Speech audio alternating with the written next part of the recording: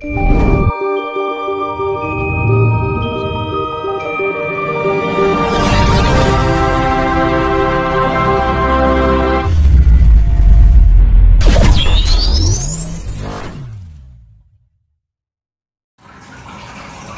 paham masalah ginian tuh dari sejak kecil.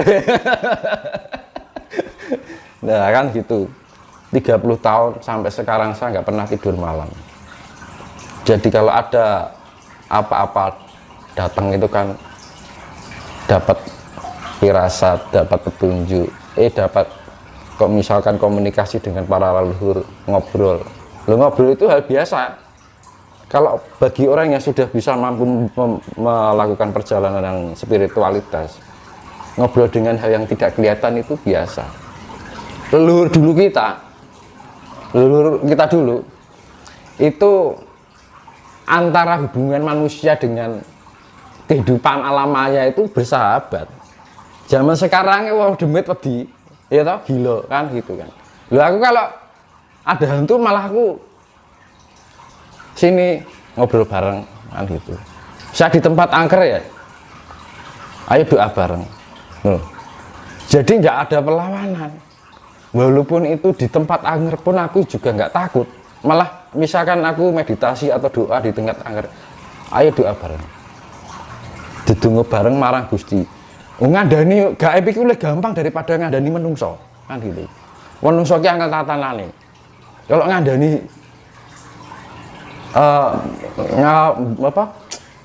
menasihati gaib itu malah enak beneran. Saya merasa bila gini pernah sering kali mengalami, misalkan gue rasa ganggu, ayo tak jak dungo ya kan, ayo berdoa bersama kan enak toh, ikut doa di samping di belakang ngumpul ikut ada yang gabung, itu berkali-kali terjadi. Loh, seneng. Akhirnya apa, bersahabat dengan leluhur kita dulu kayak gitu. Antara alam maya dan alam nyata itu bersahabat, ada keselarasan. Apalagi Jawa itu tempatnya yang wingit. Pulau yang paling angker di dunia. Bentar. Jadi gini, saya kembalikan ya. Hubungan manusia yang berjasad dan tidak berjasad sekarang sudah tidak ada keharmonisan. Seakan-akan tuh disekat, padahal kita sesama hidup, ya kan? Aku biar ketemu wujud siluman pun aja, saya pernah ke gunung.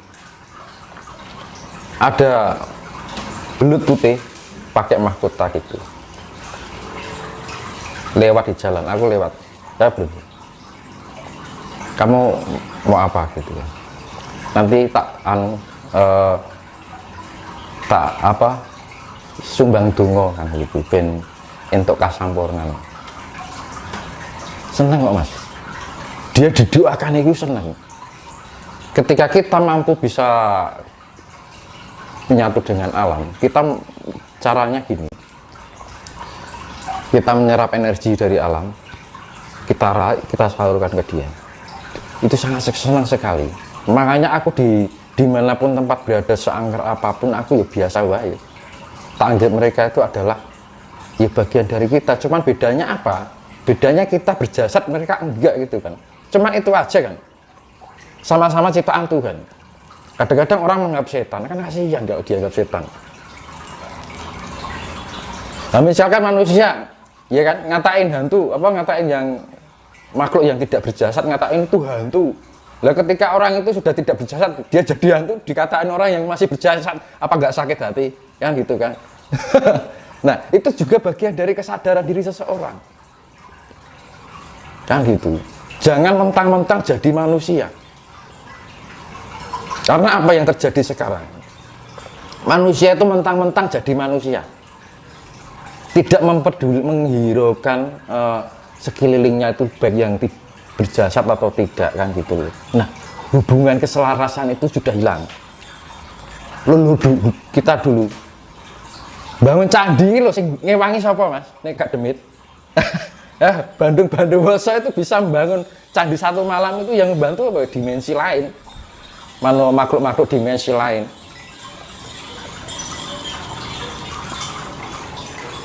Karena ketika makhluk dimensi lain itu tidak terikat ruang dan waktu, apapun bisa dijadikan dalam satu malam. Contoh misalkan gini, jenengan nyagrah nomor, ya, korek ini, misalkan korek, pentol korek ya, ini dikasih kertas tulisannya di dalam, ya kan, terus didekek, dilem loh mas, terus tulisannya dipindah di luar, logikanya gimana? Pernah nyoba jenengan? Misalkan nyagrah angka loh, angka nomor loh, nah iya, nah itu alam gaib itu bisa main sulap gitu loh, itu namanya bagian magic, kekuatan magic. Kalau di film luar negeri ya kayak Harry Potter kayak itu loh. Lalu kita Lemuria itu dulu kayak gitu. Antara manusia dengan alam tidak makhluk tidak berjasad. Ya kayak kita dengan kita ini. Dan saya itu juga belajar dari dulu sampai sekarang itu belajar dengan itu. Karena apa?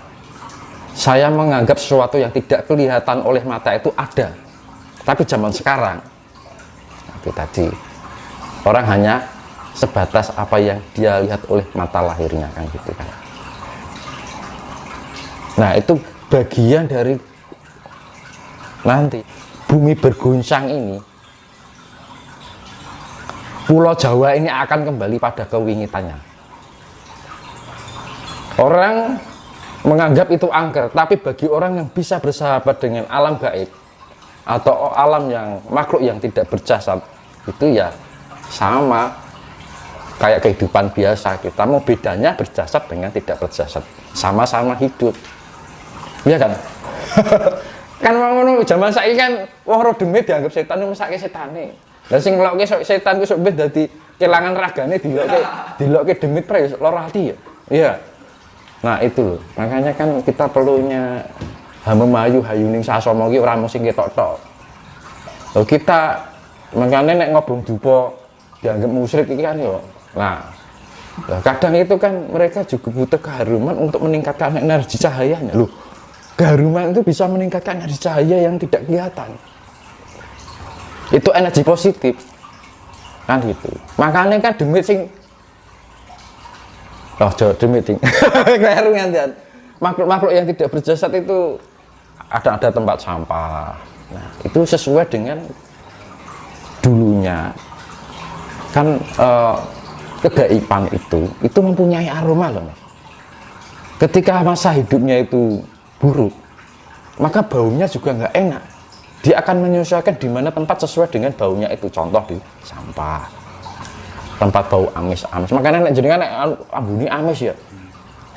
Nah, itu masa lalunya dulu buruk. Tapi kadang-kadang kan jenengan ambune wangi ya. Nah, itu kan kemungkinan gaib itu ada aromanya. Dan setiap aroma itu mempunyai tingkatan level dari aura itu cahaya atau jiwa yang dia miliki. Makanya ketika ada dewa atau mungkin leluhur, beda lagi baunya. Ambune kok enek menyan ya, ambune melati ya kan. Nah kan gitu. Nah makanya itu ayo kita kembali pada ini kawruh wong Jawa. Yang bisa mengenal ini kan hanya orang-orang Nusantara. Orang luar negeri kok mengenal ini bersahabatan dengan hal yang tidak kelihatan, ya kan? Karena memang makanya dulu dijustifikasi kalau tanah Jawa itu tanah wingit banyak hantunya. Nah, orang bilang gitu kurang ajar kan gitu kan. Iya, lawang itu ciptaan Tuhan kan gitu loh. Ya kan? Sekarang gini, ada kisah Syekh Subakir kan itu. Dulu Jawa itu wingit angker banyak hantunya. Aku malah kasihan loh sing nggak punya jasad itu. Dia merasa terhina ya. Dia juga butuh hidup kan gitu. Caranya nggak kayak gitu. Caranya apa? Menungso karo sing orang duwe raga iki mau kudu iso nyawiji. Dalam arti nyawiji itu berselaras, ya kan, saling melengkapi, ada keselarasan hidup, ya kan, saling mengayomi. Makanya kan ya itulah saya bilang, saya dengan bahasa kasar saya ya, dulu Jawa itu tanah wingit yang banyak makhluk halusnya. Ketika dianggap bahwa tanah Jawa itu masih banyak lelembut dan pokoknya hal-hal yang tidak kelihatan dianggap itu tanah yang nggak sepantasnya dinilai buruk. Bila ada orang mengatakan itu, saya anggap itu kurang ajar kan gitu. Karena apa? Loh, hal yang gaib itu juga perlu dibela. Orang menungso golek benere dhewe, golek menange dhewe. Manusia itu selalu mendominasi segala sesuatu yang ada di bumi ini. Seakan-akan manusia itu punya peran utama kan. Ya kan? Apa sekarang di galaksi lain ada kehidupan? Apa manusia tahu? Nah, kadang-kadang orang merasa besar diri, merasa mempunyai peran utama gitu. Ibaratnya ning sinetron ini jadi lakone. Ya tak? Lah iya. Orang nggak berpikir, hanya sebatas pemikirannya hanya sebatas manusiawi, ragawi kan gitu. Nah, makanya perlu dibangkitkan kawruh budining tanah Jawi. Itu gunanya untuk yang saya jelaskan ini biar paham semuanya kan gitu kan. Ya kan? Jangan menghina yang tidak berjasad. Nah, gitu. Mereka juga hidup. Ketika orang yang menghina itu sudah tidak punya jasad lagi, maka dia akan dipermalukan kembali sama orang yang sudah yang punya berjasad. Kan menyakitkan kayak gitu kan. Nah, itu makanya Jawa dulu itu antara gaib dengan non gaib atau nyata itu bersahabat. Ono sifat paseduluran. Makanya leluhur kita bikin candi yang bantu siapa? Ya kan? Majapahit kerajaannya lenyap itu yang membantu siapa? Ya sedulurnya yang nggak kelihatan. Majapahit itu punya abdi yang nggak kelihatan. Dengan menutupi awan. Dulu ketika Majapahit dikejar-kejar dari abdi-abdinya dari Demak, itu kan juga dilindungi oleh abdinya Majapahit yang berwujud gaib. Makanya kan ketika melarikan diri nggak ada yang tahu.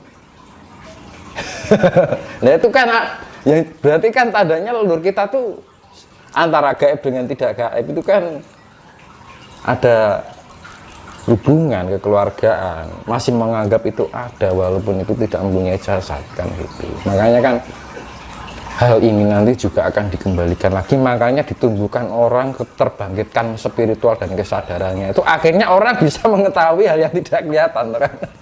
Yang awalnya hanya melihat sebatas mata lahir, akhirnya bisa mengatakan itu tandanya bahwa alam dan leluhur ini mengenalkan kembali pada budaya leluhur di masa lampau gitu.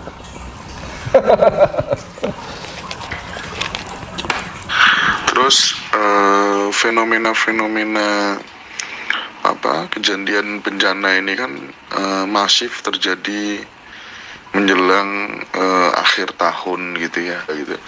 Karena ada beberapa apa ya praktisi spiritual gitu mencoba untuk meyakinkan kepada kita bahwa memuncak itu bencana itu nanti deh. Dan dikata kemudian benar-benar terjadi itu disebabkan karena apa kira-kira, dan bagaimana kemudian kita bisa apa ya selamat lah bahasanya.